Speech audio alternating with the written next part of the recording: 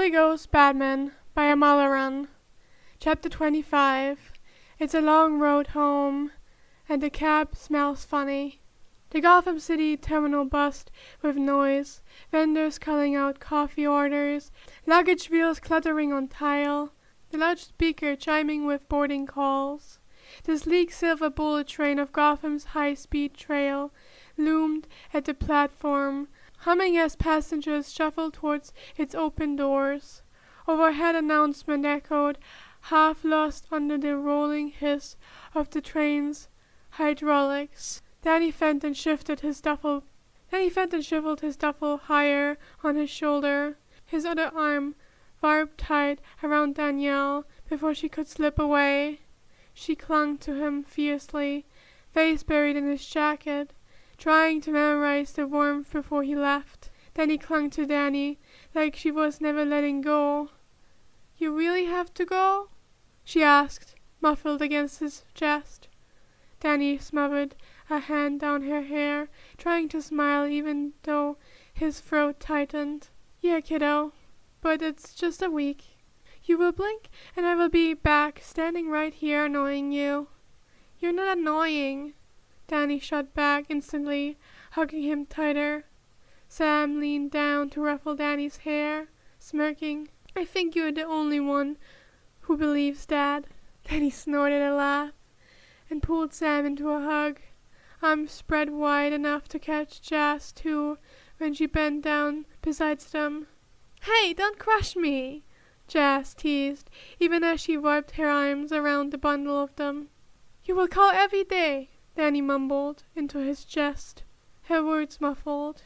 Danny tightened his hold, resting his chin on her hair. "Every day," he promised.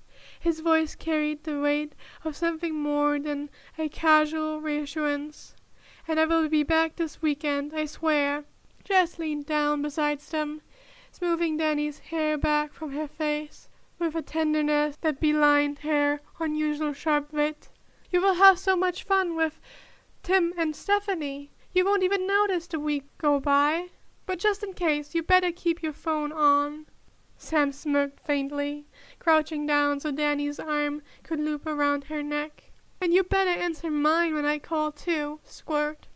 I'm not letting you ignore me just because you've got a new house." Danny gave a watery laugh, hugging her tightly. "I won't, I promise." Tim and Stephanie stood just behind, letting the tangle of hugs play out while Danny finally peeled herself free. Tim rested a hand on her shoulder and gave it a squeeze, steady and reassuring, while Stephanie offered her a small smile that carried a warmth Danny had quickly grown to crave. "I've got her," Tim said quietly to Danny, but it was the kind of reassurance a dad gave when he knew another parent needed to hear it. "We will take good care of her. You don't need to worry." "I know," Danny said quietly. He surprised himself by meaning it. Stephanie tucked him into her own hug next, softer but no less real. "We will make sure she doesn't get sick of us while you're gone." She choked, and then added in a gentler tone, "Travel safe, okay?" She caught Jazz in a side hug after that, and then Sam, her warmth carrying over to all three without hesitation. Overhead speakers crackled. "Final boarding call for Chicago." Jazz adjusted her satchel. Sam took Danny's hand, and together the three turned towards the waiting train. Danny pressed forward for one last round of hugs, his more hands reluctant to let go of Danny's sleeve until he gently untangled her fingers. "Next weekend," he reminded her with a grin, though his voice cracked a little.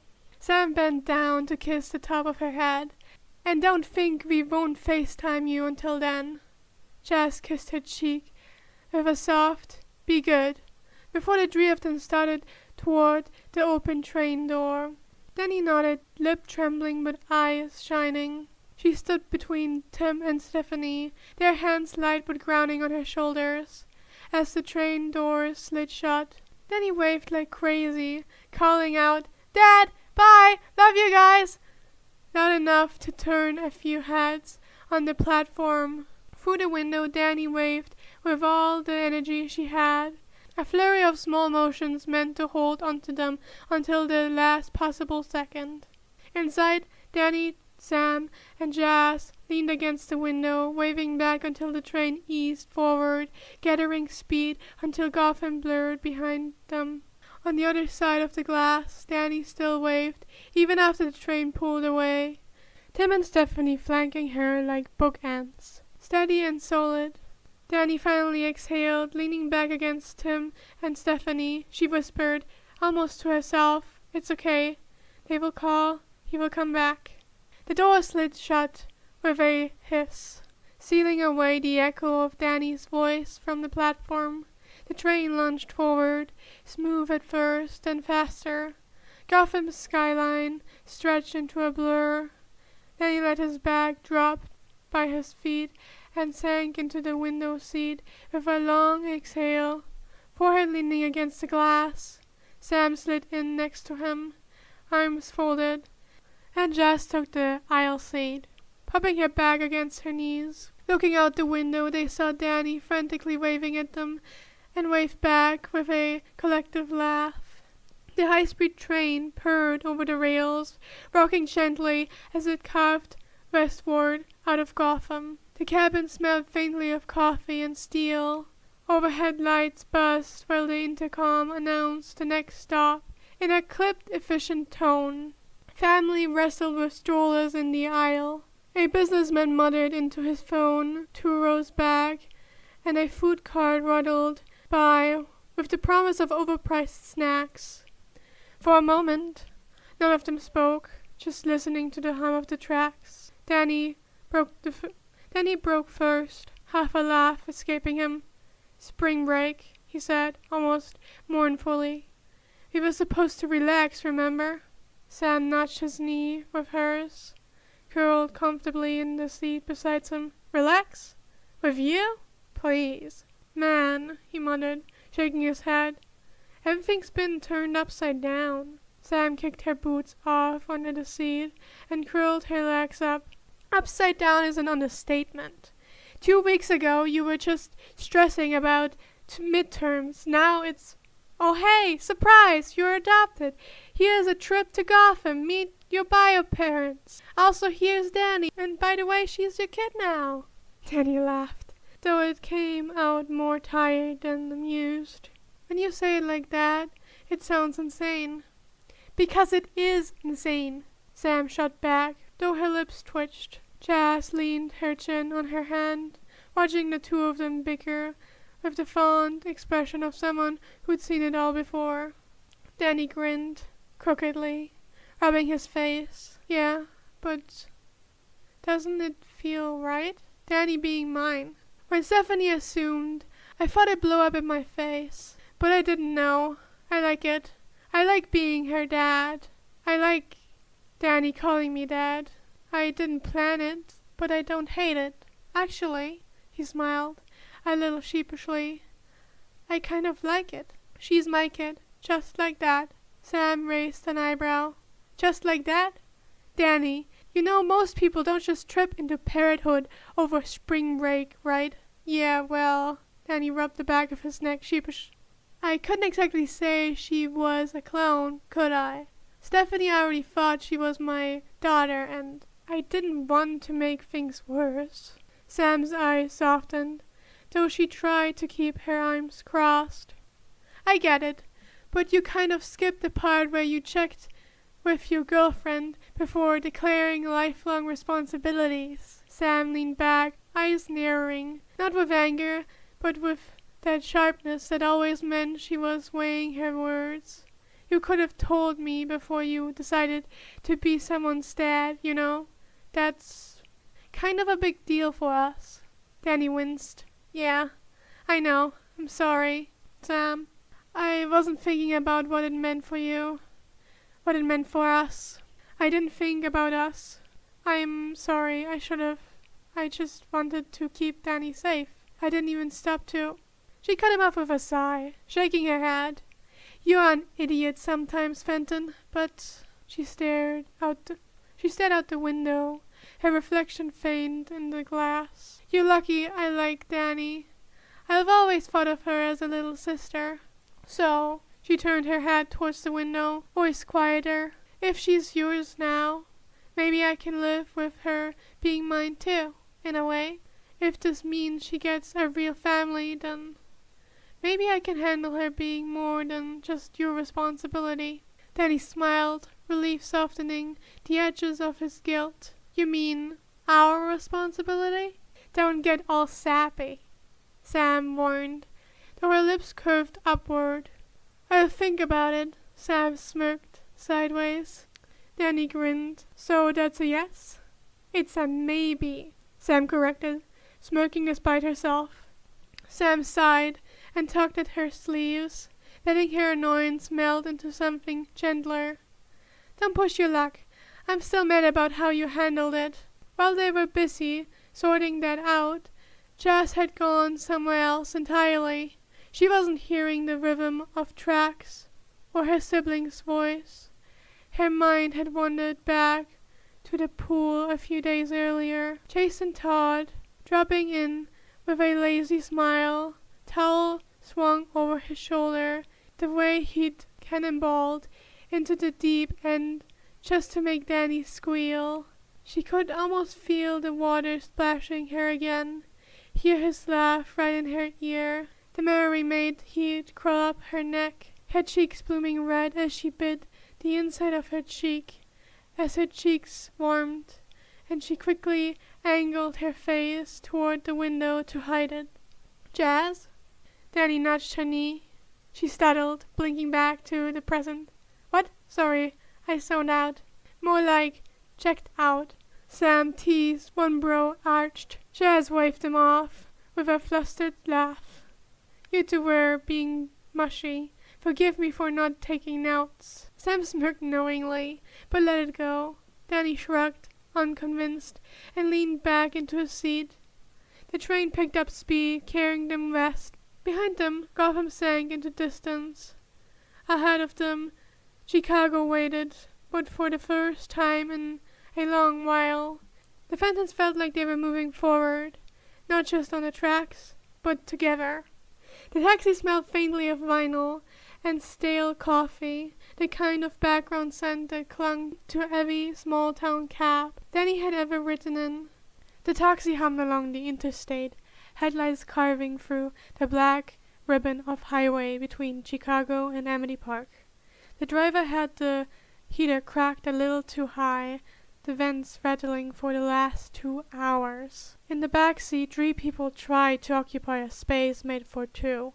Jazz had claimed the window first, arms folded, cheek resting against the glass. Sam sat pressed between her and Danny, who had slid in last and wound up half sideways. His shoulder jammed against Sam's, and his knee knocking hers every time the cab hit a bump. Never again, Sam muttered, still drowsy from sleeping on his shoulder the whole train ride back, tugging at her seatbelt. Next time we get 2 cabs. Danny smirked, too tired to be apologetic. Come on, this isn't that bad. You're crushing me, Sam shot back, shoving his shoulder, though she didn't actually move away. Jazz mumbled something into the window, her voice drowsy. Danny leaned his head against the seat, staring up at the roof. Still feels weird, you know, leaving Danny behind. His voice was soft, not regretful, but heavy with the absence. She's in good hands, Jazz said without opening her eyes. You could have seen it on her face. She felt safe. Sam exhaled slowly, her annoyance melting. She will call tomorrow, probably twice. And knowing you will call 3 times. Danny chuckled, low and warm. Yeah, probably. After a pause, he added, Still, I'm glad it worked out, even if it wasn't how I planned it. Sam turned her head, watching his profile in the dim glow of passing streetlights. You mean deciding you're a dad now? Yeah, he gave her a sheepish smile. I should have talked to you first about what that means for us. Sam huffed, half amused, half exploration. You really should have. But you're not wrong. She already feels like family. Always has. Now it's just official, I guess. Then his smile softened. So you're okay with it? I'm okay with it, Sam said, bumping her shoulder into his. But you owe me a say next time, Fenton. I'll be sure to give you ample warning next time I want a kid. Then he said sardonically without thinking about it, the cab ride making him irritable. Sam blushed beet red and stared straight ahead. She didn't even want to get into the implications of Dad in the back of a dirty cab.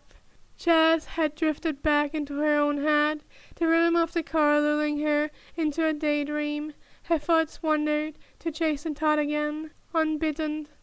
The flash of his grin, the way he leaned against the pool edge, like he belonged there, the water dripping down his shoulders. She felt her face warm and quickly turned towards the window, hoping the dark hid the blush. Danny glanced at her. You good, Jazz? Fine, she said too quickly, then added, just thinking. Sam smirked, but let it drop. The car bumped along, steadily inshore, carrying them closer to Emily Park. Tired, crowded, but together. They were almost home. Emily Park's skyline was already visible on the horizon. The water tower painted with its cheerful "Home of Amity" Red Sox greeting. Then he leaned back against the seat, trying not to fidget, though his stomach was tying itself into knots. Wayne Manor had been overwhelming in so many ways. Then he had been thrilled, and Tim and Steph had done everything they could to make her feel secure. But for him, the whole trip had raised questions he didn't expect. Questions about himself, about his family, and maybe, most painfully, about the parents who had raised him. Stopping by the Mansons' townhouse, then he helped Sam with her bags. Miraculously, her parents actually greeted him warmly this time. They had gotten better after the disastroid incident, and luckily hadn't been exempt from Clockwood's timeline stitching that erased so many people's memories of the event. But they remained standoffish despite it. Now they were all smiles. Money seemed to do that to people like that. He bet $5 they wouldn't be thrilled the next time Sam justified her clothing choices with Bruce Wayne wears black all the time. Finally free to stretch out a little, Jazz sat beside him, her hands folded neatly over her bag in her lap, watching the familiar streets of the next town over blur past the window. A few minutes away, the cab rolled to a stop in front of the Fenton Works sign, bright neon against the afternoon sky. Then he paid the driver, quickly, ignoring Jazz's soft, "You don't have to cover it." He just needed something to do with his hands. When they stepped into the house, Maddie was in the kitchen, with her goggles propped up in her hair, wiping her hands on a towel. Jack thundered down the stairs, in his orange jumpsuit, looming a cheerful, "Oh, my boy, my girl, you're back!" Then he smiled faintly, hugging them both, but Jazz didn't miss the way his shoulders stayed tense, even afterward. She lingered in the kitchen doorway as he leaned against the counter, clearly gathering himself. "Mom? Dad?" Then he started, voice quieter than usual. "We need to talk." The shift in tone immediately sombered both parents. Maddie's expression softened. Jack's booming grin gentled into something more careful.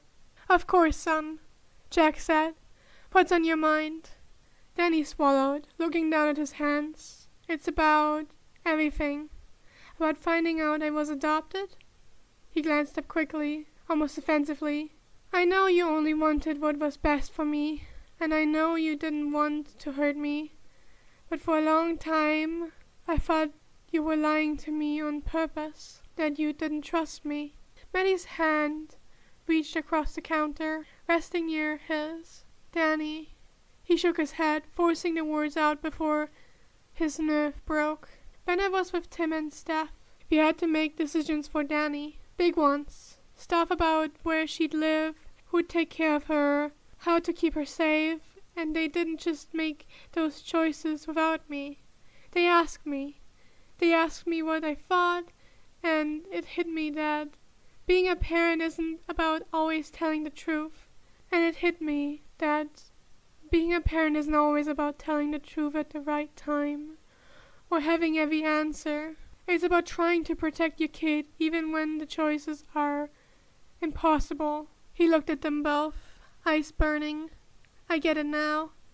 You didn't keep it from me because you didn't trust me. You kept it from me because you couldn't bring yourself to taint the time we had. And his voice cracked, just a little. I'm sorry for all the anger, for assuming the worst. The silence hung heavy for a beat before Jack wrapped his arms around him in one of his trademark bear hugs, nearly lifting him off the floor. Son, you don't need to apologize. We love you. Always have, always will. Maddie joined the hug, her hands moving over the back of Danny's head. We never wanted you to doubt that, sweetheart.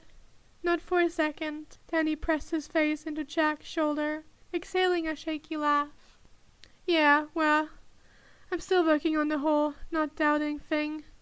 But I'm trying. Jazz wiped her eyes with a discreet sniff, stepping back into the living room to give them the space. For all her years of unofficially counseling other people, it was still something else entirely to see a family working through the cracks in their own walls. When the hug finally broke, Maddie's smile was wet at the corners. You have grown so much, Danny. I can see it in you. The way you're thinking about Danny, the way you're stepping up. That's what matters. Not the blood, not the past, just the person you are. Danny chuckled softly, rubbing the back of his neck. Guess I've had good examples. Jack beamed. That's my boy. Jazz peeked back into the room, a small, proud smile tugging at her lips, for the first time in a long time. It felt like maybe, just maybe, they were starting to heal. Later that night, the house had settled into its usual rhythm. The faint hum of the portal downstairs, the occasional clatter of Jack rummaging in the kitchen, and the warm hush of home. Then he sat in his room, sprawled on his bed, with the light off, staring at the glow of the stars on his ceiling. Ones that had been there since he was a kid. The talk with his parents had left him lighter, but also heavier in another way. He hadn't realized how much he'd been carrying until he put it into words, and yet, every time he closed his eyes, he saw Danny's face, wide-eyed, brave, stubbornly independent, his kid sister, sure, but more than that, his responsibility. A soft knock came at the door. Danny? Yeah? He said, pushing himself up on one elbow. Jazz slipped inside, closing the door quietly behind her. She sat at his desk chair, turning it towards him, studying him with that big sister intensity he'd known since kindergarten. So, can we agree that trip was super awkward? Jazz scratched her hairband just as awkwardly, bringing up the topic. Then he rolled over and groaned in his pillow. I know! It was such a last-minute ask, though. I couldn't think of anything to do while we were there that wouldn't disturb their lives more than suddenly having 4 extra guests. But I also couldn't say no when Tim invited us to stay over instead of at the hotel. The whole point was to meet everyone. Jazz just listened to his muffled complaints. I think we all felt that way. Everyone had to work and hadn't planned around taking the time off, even if they were there a lot. I mean, Bruce was there most of the time, but I think that's only because Tim took over the company. He was the most distant person there, or maybe he just wanted you to connect with Tim and Steph first without him hovering. Then he turned his head to look at her, and Damien reacted like a skittish cat around us most of the time, but seemed to get along with Danny like they'd been friends in some past life. That was weird. Duke was cool, but I think everyone was tiptoeing around giving us time with Tim and Steph first. I like Aunt Cass, but I think she tiptoes around everyone, like an Asian silent Bob with much better fashion sense. Jess nodded, unable to help herself. That's true. Plus she's your aunt. And your bio mom's bestie, despite the age gap. Maybe more? Danny gave her a long, skeptical look, one brow arched high. I got mixed vibes, she added quickly, shrugging. Then he sat up, grabbing his phone off the nightstand. I got Duke's number. Maybe I can text him and see what he'd suggest doing around Gotham. Oh, that reminds me, I forgot to text Danny we got home safe. Scrolling, he found Danny's contact number under Midget. To Midget. We got back to Amity Park, safe and sound. Tears all around. Midget, you're such a dork. Thanks for telling me that. Danny grinned goofily at that, even if she meant it sardonically. To Midget. How is Damien holding up without us? Don't drag him into anything crazy. It's a school night. Almost immediately, 3 dots popped up. Midget. I already asked. Grandpa Bruce, no. Watching cartoons instead. He's sulking, but I think it's funny. Glad you made it back. Miss you already, nerd. Then he grinned at the screen and read the message aloud. Josh chuckled. She's settling in better than either of us did. Yeah, Danny admitted softly. I think she belongs there in a way we don't yet. Jess leaned back against the headboard. Steph tried, though. You could tell. She looked like she'd planned out conversations in her head. But the second you opened your mouth, it all flew out the window. Danny winced, but laughed. I noticed. She really wanted to ask about Amity and the Fentons, but half of the time it came out sounding like she was walking on eggshells. And Tim? Jazz hesitated. He was good, but formal. Like he was rehearsing being a parent instead of just being one. Danny ran a hand through his hair, phone still in his other hand. Can't blame him. I mean, they'll have only had a few days to process this. But it's still a curveball. Us dropping into their house probably made it 10 times worse. His phone buzzed once more. Danny had sent another message. Midget. P.S. Tell Jazz she left her scarf in the guest room closet.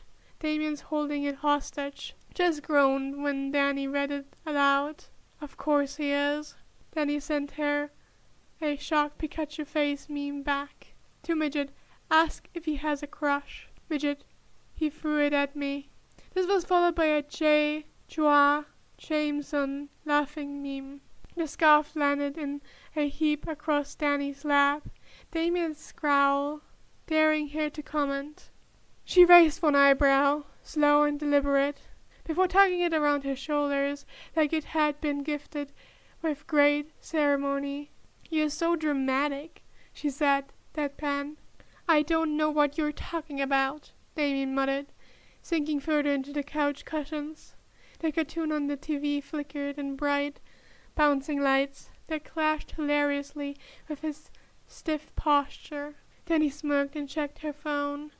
Danny's response, a shocked Pikachu meme followed by ask if he has a crush, was still amusing her as she looked at the blushing boy even after his retaliation for asking. Her eyes flickered up from the screen to the boy beside her. He was studiously not looking at her, jaw tight, arms crossed, like the very concept of casual relaxation was beneath him. Danny snorted under her breath. You're lucky my dad's not here, she teased. He'd eat you alive. Damien glared at it, then at her. Pathetic. Uh-huh. She typed a quick reply.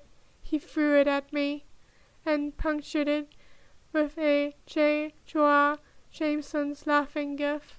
Then she locked the phone and shoved it into her pocket, deliberately turning her attention back to the TV. For a few minutes the room was quiet except for the cartoon's dialogue. Damien's glare softened by degrees until he risked a sidelong glance at her. Then he didn't look back, but she smirked, knowing he'd cracked first. It looks better on you than it did in the closet. he muttered at last. Danny leaned her chin on her hand, fighting not to laugh. Was that a compliment, or did you just lose a bet with yourself? He gave a sharp huff through his nose. Don't get used to it. Too late, she said, tugging her scarf tighter, like it was some priceless treasure. Damien groaned and shoved the pillow over his face, which only made Danny laugh harder. You did well today, Jazz said gently. Then he raised an eyebrow. What, surviving on a Fenton family hug? She smiled, but it didn't quite reach her eyes. No, talking to Mom and Dad, actually saying how you felt. That takes guts. He rubbed his arm absently, eyes dropping. I almost didn't. Part of me thought, what's the point? They made their choice years ago. But then I thought about Danny. How every decision we made for her matters now, not later. If I couldn't be honest with them, how could I expect her to ever trust me? Jazz leaned forward, resting her elbows on her knees. That's exactly it. You're starting to think like a parent, Danny. And I know you don't want to hear it, but that's a big deal. You've always been the one protecting people, saving people, carrying the weight of things no teenager should. But this is different. You're not just protecting Danny, you're guiding her. Then he looked away, throat tight. What if I screw up? You will, Jazz said simply, when his head snapped back towards her. Startled, she smiled wearily. Everyone screws up, sometimes. Mom and Dad did. I will. You will. But what matters is what you do after. Whenever you own up to it, whether you learn. That's the difference between being a scared kid and being a parent. He let out a long breath, some of the tension easing from his shoulders. You're way too good at this psychology thing. Perks of choosing the major, she teased, then grew serious again. Danny, you have been handed something unfair. Danny didn't ask to exist. You didn't ask to be her guardian. But here you are, and you're already doing the most important thing, putting her first. Danny was quiet. A long moment, then nodded. Yeah, I guess I just wanted Mom and Dad to know I get it now, and I don't blame them anymore. If anything, He cut himself off, looking embarrassed. I respect them for it, for trying. Jazz's expression softened. They are proud of you, you know. So am I. He ducked his head, muttering, thanks. But the warmth in his chest was real. She stood, pausing at the door. Get some sleep, okay? Tomorrow is a new day. And who knows? Maybe one day Danny will be the one sitting at your desk, telling her kid brother he's doing better than he thinks. Danny huffed a laugh, shaking his head. Man, I hope not. One Danny is enough. Steph seemed to think so, for now, Jazz said teasingly, in reference to the extensive supervision the two had been under. Danny groaned at the memories of Wayne family members following them around all day, every day. Jazz grinned, flicked the light switch back off, and slipped out, leaving him in the familiar glow of the ceiling stars. For the first time in a long time, Danny lay back on his bed and let himself breathe. Caspar smelled the same Monday as always. Floor polished mixed with cafeteria pizza, clogged dust, and the faint ooze tag of too many ghost attacks over the years. Danny walked through the halls with Sam on one side and Tucker on the other. His backpack slung low and his mind already half on the weekend ahead. So, Tucker said, elbowing him lightly, you vanished for days, come back with mysterious family stories, and now you're dodging us at lunch. Spilled man. Danny winced but smiled sheepishly. I wasn't dodging, I just had a lot to figure out. You know about Danny staying with us, right? Little Sis 2.0? Tucker said, nodding. Yeah, I'd have got the headlines. But last I checked, she was bouncing between your house and Anywhere else she could crash. That's changed, Danny said, rubbing the back of his neck. She's gonna be living with Tim and Steph, my, bio family, for the foreseeable future. CPS has been sniffling around, and with her setup, Danny will be safer there. Sam folded her arms, her expression softening. She'd been there too. You mean less likely to get taken away by someone who doesn't understand her situation? Exactly, Danny said. And I will be visiting on weekends. They even set me up with my own room there. He hesitated, smirking despite himself. With a connecting door to Danny's, in case she needs me. Though she wasn't thrilled about that. Tucker laughed. Oh man, I can picture it. Danny is making the world's poutiest face, swearing she doesn't need a babysitter. Yeah, Danny admitted. But she will get used to it. It's not about treating her like a kid. It's about making sure she knows she's not alone. Sam brushed his arm with her fingers. That's really good of you, Danny. You're doing right by her. Before he could answer, Valerie fell into step beside them, her back slung crosswise and her eyes narrowing slightly. So the rumors are true? You've got a secret weekend schedule now? Danny stiffened. Rumors? Casper High fries on gossip, Valerie said dryly. You disappear, you look tired in class, and suddenly people think you're sneaking off to Gotham to start a double life. Sam snorted.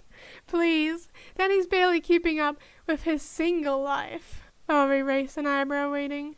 Danny exhaled slowly. Fine, yeah. I'm heading to Gotham every weekend. Danny's living there with people who can protect her. It's not forever, but it's what's best for her right now. Valerie's gaze softened, just slightly, though her voice stayed cool. Sounds like a lot of responsibility for someone still pulling all-nighters on math homework. Danny gave her a crooked grin.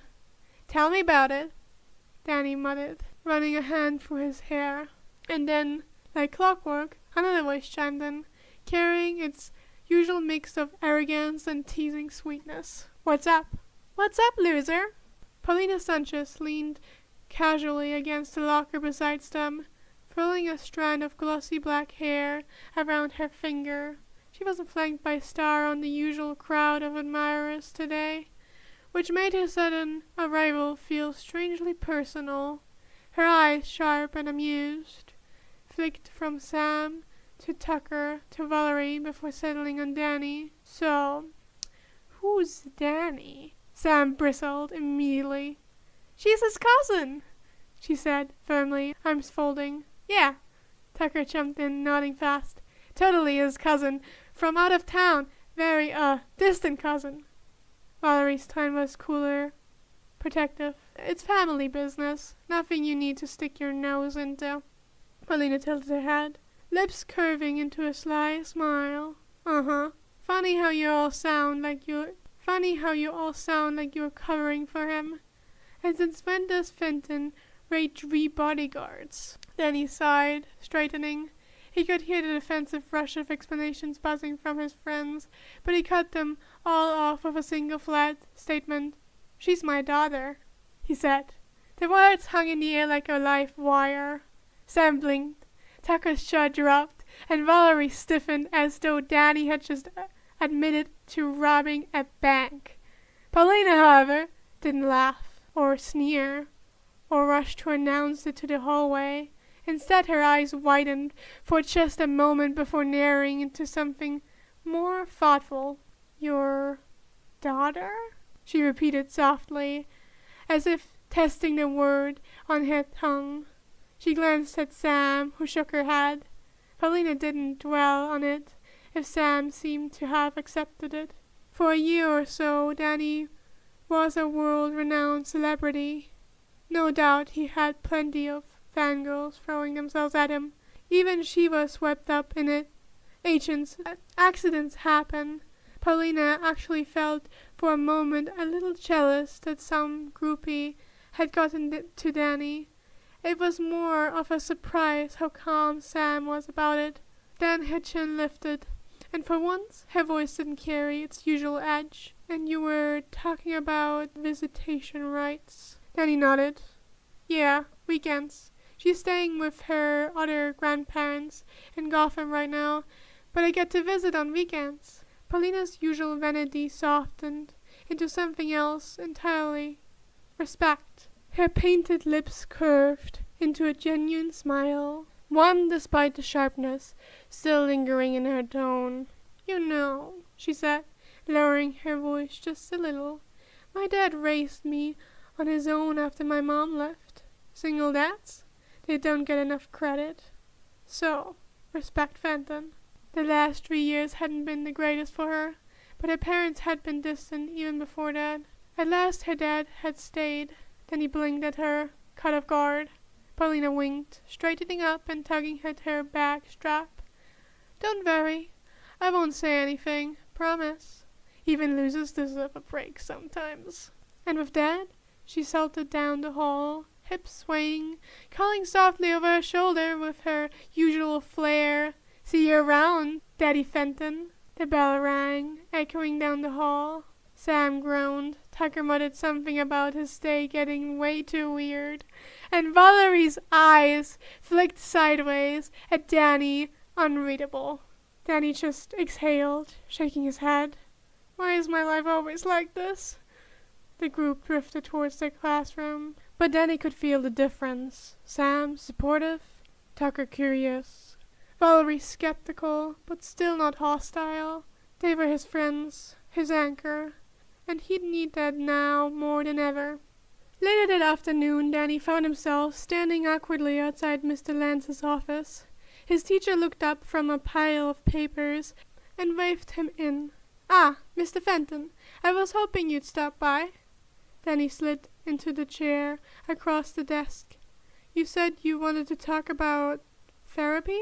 Lance folded his hands, his expression unusually gentle. Yes, look, Daniel, I know you've been under a tremendous amount of stress. Adoption, your sister's situation, the added responsibilities, it's a lot for anyone, let alone someone your age. I recommend that you consider professional counseling, and I have spoken with your parents. They agree. Then he shifted uncomfortably. He assumed Mr. Lancer was talking about Jazz going to college, since she'd been in a while back getting her transcripts, but his tone implied maybe the Fentons had shared more than he let on. I don't know if this isn't about weakness, Lancer interrupted firmly. It's about giving you a space where you don't have to carry everything alone. You'll have been asked to grow up too fast. A good therapist can help you sort out what's yours to carry and what isn't. Then he hesitated, then nodded slowly. So who is it? Dr. Harrow, Lancer said, sliding a card across the desk. A psychologist I trust. You will meet once a week to start.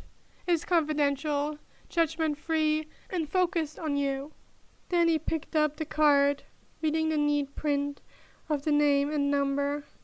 Something in his chest eased a little, like maybe he wouldn't have to figure it all out by himself. Thanks, Mr. Lancer, he said quietly. Don't thank me, Lancer replied, leaning back. Just show up. That will be thanks enough. Then he tucked the card into his pocket as he left. The hallway thinned in the late afternoon light. Outside, he could hear the muffled chatter of students heading home. Good time as any to go run an errand or two before going home. The bell above the door jingled when Danny stepped inside. The shop's front display glowing in neon green letters. Tucker Foley Tech and Pawn. Ghost zone plans available. Ask about family bundles. Half of the space looked like an ordinary phone and repair shop. Glass cases lined with refurbished smartphones and accessories. The other half looked like a pawn shop that had given up pretending to be normal. Cracked Grecian amphorae, swords etched in ruins that glowed faintly, helmets that belonged in a Viking burial mound, and even a crystal orb with a $45.99 OBO tag taped to the glass. Behind the counter, the middle-aged clerk didn't even look up from his Sudoku book.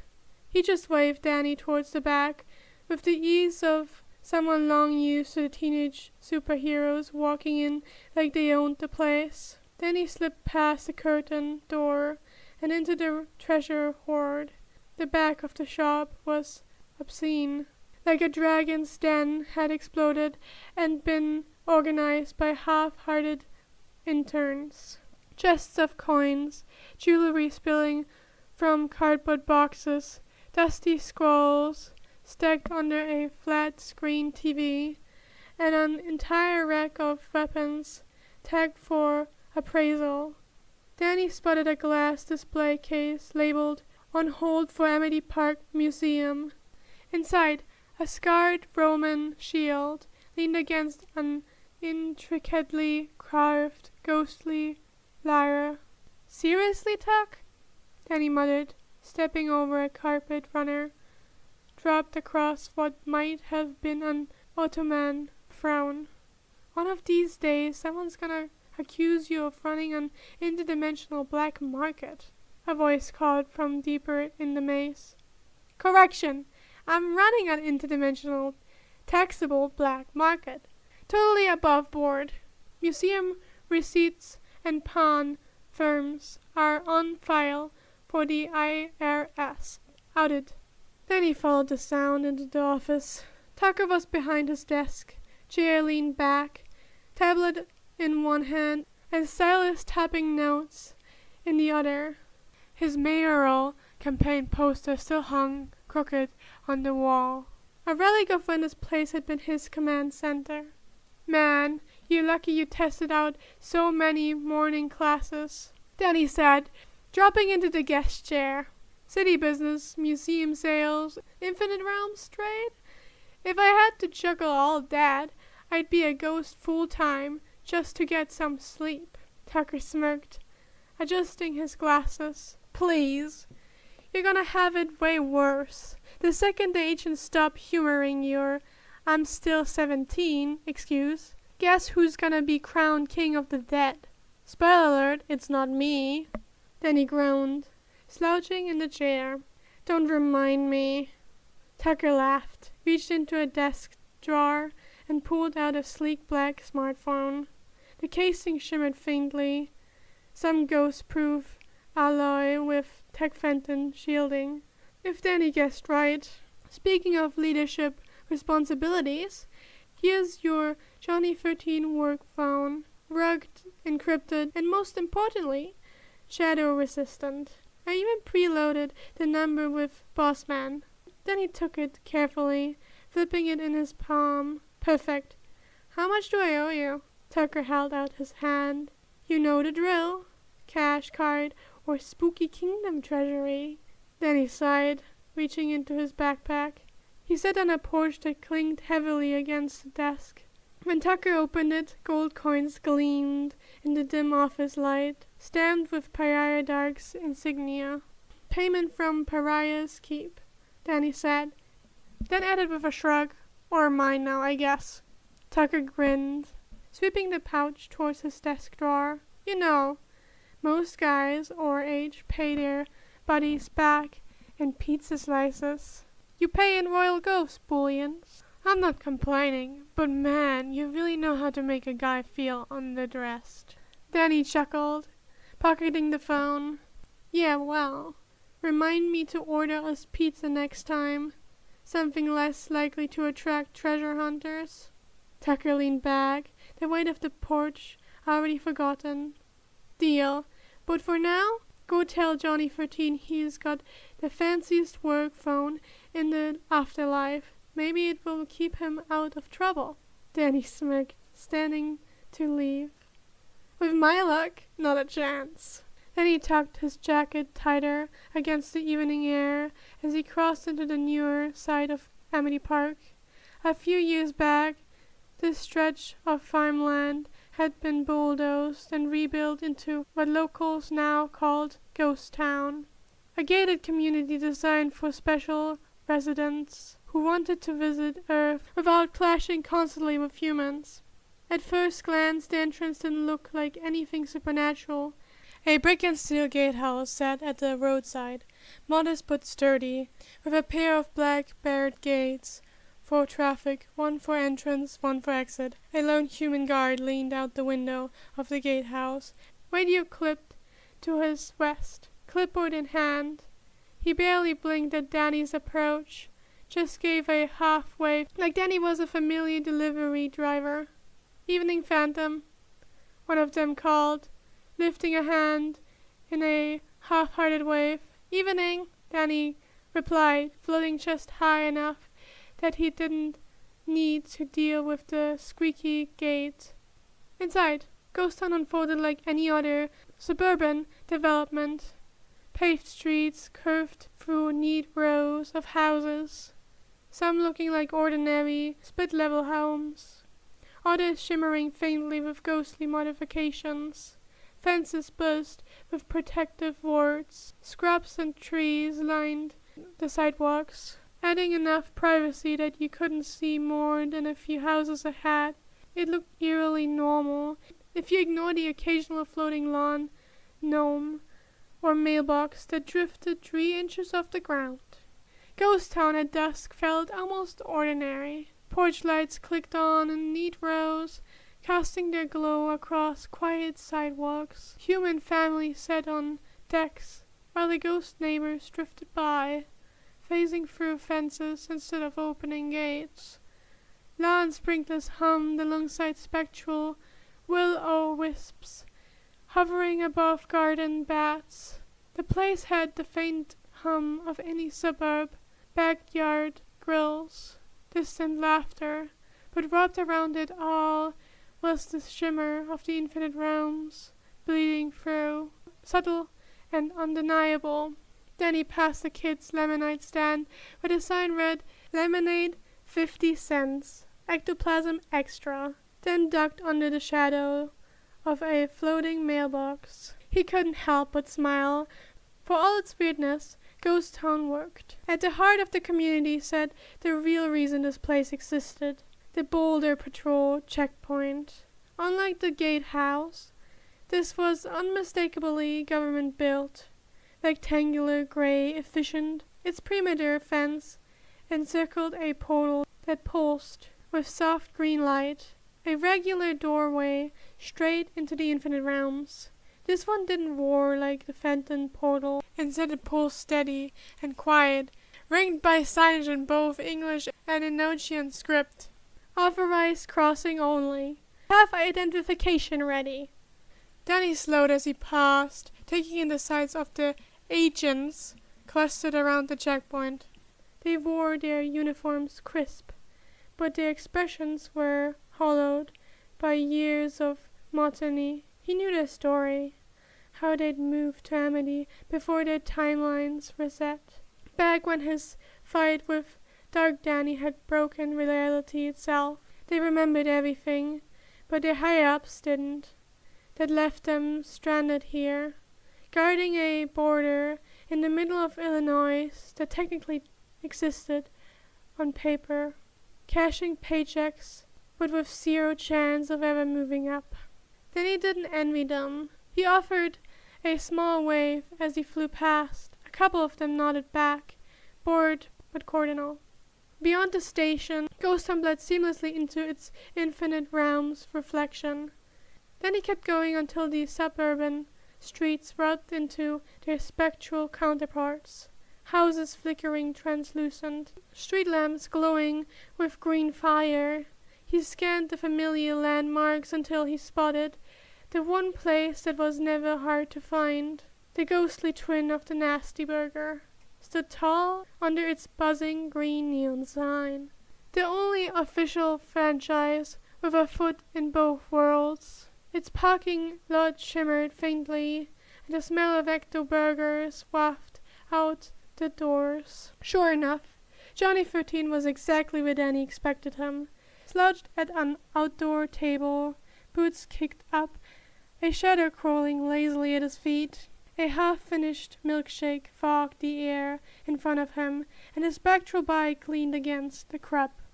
Danny adjusted the phone in his pocket, exhaling. Figures, he muttered, and started walking towards Johnny. Then he pulled out the phone Tucker had built, and the portal device Johnny had nabbed from Phantom Works the first time he appeared, then sat across from him. "I've got a job for you. Commission." Johnny tilted his head, smirked faint under his sunglasses. "I'm listening." Then he leaned forward, voice low. "Gotham's full of bound ghosts, tied to their places of death, stuck in alleys, theaters, apartments. I need them freed and escorted to the realms, so they can find their own way to the afterlife. Quiet? No theatrics, no chaos. Use invisibility when you travel." Johnny whistled, low and slow. "That's a big job. Gotham ain't exactly ghost-friendly, which is why you're not alone," Danny countered. "Your point of contact is Lady Gotham herself. She will find you as soon as you cross the border, and lead you to them." Johnny swirled his milkshake, frown tugging at the corner of his mouth. "You don't expect me to go dredging ghosts out of the harbor too, do you?" Then he shook his head. "No, that's not your style. If it comes to that, I will probably hire Youngblood. He likes ships." That drew a short bark of laughter from Johnny. "Huh, figures." He tipped his glass in a mocking toast. "Fine. You got yourself a deal, Mr. Mayor." Then he rolled his eyes, but didn't argue. Ghost Town's residents had picked up the nickname months ago. Half sardonic, half respectful. They refused to use the word king, but they couldn't resist calling him something. He slid the phone and device across the table. Johnny pocketed it, still grinning. With business settled, Danny stood and turned back towards Amity. He floated past the tidy blocks until the community faded into the outskirts of town. A lumber yard loomed against the evening sky, stacks of cut timber rising like walls. Beyond it, the steel mill smokestacks reached higher still, lit faintly by the orange glow of its furnaces. The Fenton logo blazed across both sides in fresh paint. Then he didn't stop, he just kept walking, shadows stretching long behind him. And that was the chapter, which was very confusing today. If you liked the video, then like the video. If you like my videos in general, feel free to subscribe and share the video. This podfic is sponsored by Faith Hellman 402. Links to her channel are in the channel description. I do podfic commissions. If you have a cool fanfiction story that you want me to read, you can commission me. Infos to that are on the screen or in my channel description. Discord and Tumblr mostly, where you can reach me about that. If you do commission me, you can get early access to my Discord server, which I do, I record my stuff live there, and you can always know what comes next up on my channel, or just chill with me. You know, the title of this chapter kind of tricked me. I was like, ooh, the cap smells funny. There must be something evil going on, or with Danny or whatever gets kidnapped or whatever. Not because that's the default thing that my mind thinks of when they read the cap smells funny. And much to say, that did not happen. I will give you the recording highlights of the 1 hour and half recording that I have, that this video took to record. Here you go. You will have okay. Final boarding call for California. Chicago. Oh. Chicago! Fuck! Okay. Final boarding call for Is it Chicago? Sam bent before the her hands light but grounding on her shoulders. No, wait. Their hands. Sorry. Confusion hit me.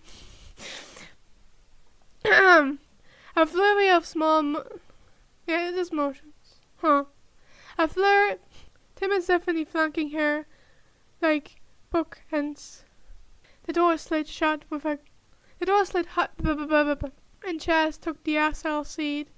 The high-speed train poured over the The high-speed train poured over the rails. It's probably purred. Family wrestled with strollers in the aisle. I forgot how to say this. Is it aisle? I'm gonna check. Aisle. Aisle. God damn it. When Steph assumed, I thought it blew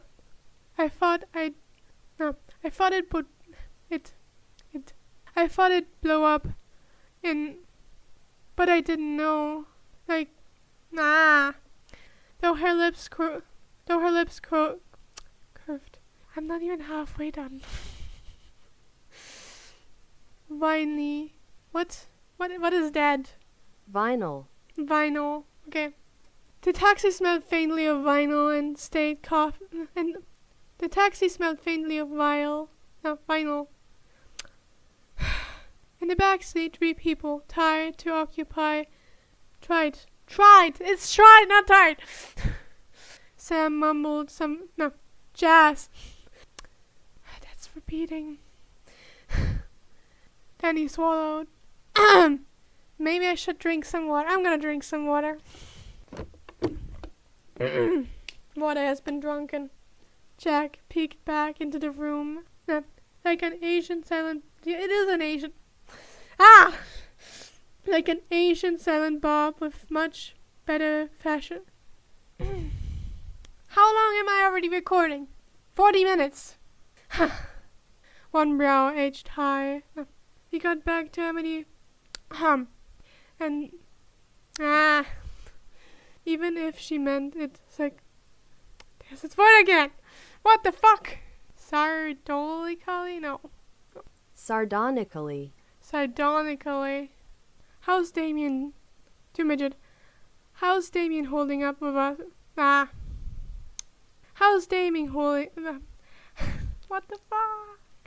How is Damien holding up without us? He was studiously. So I was right. Then grew serious. Paulina Sanchez. Curved. It's a curved. Why is it annoying? Curved. Valerie skeptical. Valerie skeptical. You know what? No. I'm gonna turn the light on. Tremorous? Is it tremorous? Tremendous. Fuck! Tremendous. That fucking spooked me. Isn't it great? But yeah, that's like I'm not even looking at the words, and I already know it's the word tremendous. Okay, I know you've been under a tremendous amount of stress. Fuck. Since she'd been in a while back getting her. Okay, I guess. Since she'd been in a while getting back. That is a strange sentence. Something in his heart. No, the hallways dimmed in the later. Half of the space looked like an ordinary phone. No, wait, what? Okay. It's fine. It's just my confusion. Cracked. What? Grecian atmosphere? What? Grecian amphory. With a 45.99. Wait, oh no. With $45.99 OBO tag. Tag taped to the glass. Taped. Okay. Totally overboard. Totally above. Above board. Okay. His mayoral campaign poster still hung crooked on the wall. Ha. This chapter is confusing me very much. Lounging? I'm testing this. Slouching. Slouching. Lemonade, 50. There's the sign. What? That is not dollars. I don't know what that symbol means. I'm just gonna. Huh? What is it? Just show it to me. I'm gonna copy it in the chat here. Yeah, just copy and paste it. Oh, that is sense. Oh my God, it's literally sense. That is sense. Okay, so That did not know sense had its own symbol. So yeah, Arrow, cents does have a symbol. So like you have dollars, right, and then you have cents. That so is this would be gasp. 50 cents. So like half dollar. I don't know. I did not know cents had a symbol to begin with. Okay. Yeah. Okay, I vanished back into the abyss now. And Enochian script. Enochian. Is that made up or is it an actual fucking word? I think that's a made up word, to be honest. Enochian. I'm probably butchering the pronunciation. You don't expect me to go... What? Drag? Probably. Wait. Just checking. Just checking. Dredging. Dredging. Okay. Dredging. Half sardonic.